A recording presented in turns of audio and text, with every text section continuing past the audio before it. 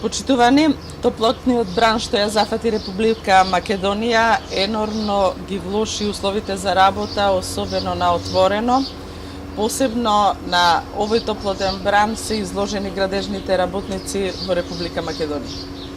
Како што гледате и денес на овие екстремно високи температури, градежните работници работат на отворено и тоа не на било која зграда, на било кој објект, туку на Собранието на Република Македонија, каде што нарачател на оваа работа е председателот на Собранието.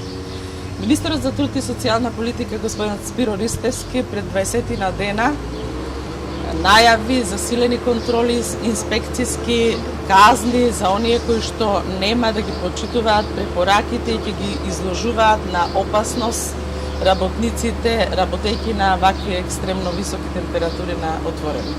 Меѓутоа и овој пат, како и секогаш, владата едно прави, друго зборува и ова ништо не важи ако се работи за проектот Скопје 2014 и тогаш работниците мора да работат во услови кои што се нечовечки. Сакаме да го подсетиме господинот Спиро Ристевски на препораките кои што ги даде пред 20 на дена.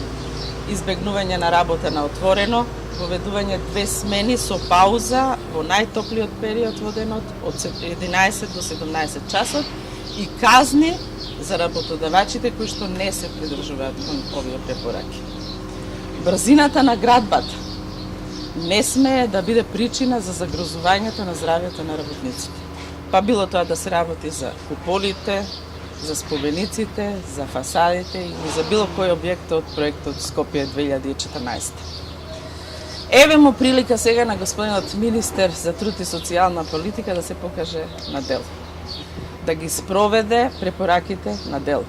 Еве му прилика да докаже дека навистина не прави разлика помеѓу компаниите, помеѓу нарачателите, дали тоа е држава или приватна компанија. Еве му прилика да спроведе на дело, да изрече првите казни. Казна за председателот на Собранието господин Велјановски, заради тоа што работниците работат на екстремно високи температури на објект на кој што е тој нарачател и секако казни за компаниите кои што ги тераат работниците да работат во вакви нечовечки услови. Очекуваме господинот министер на потек.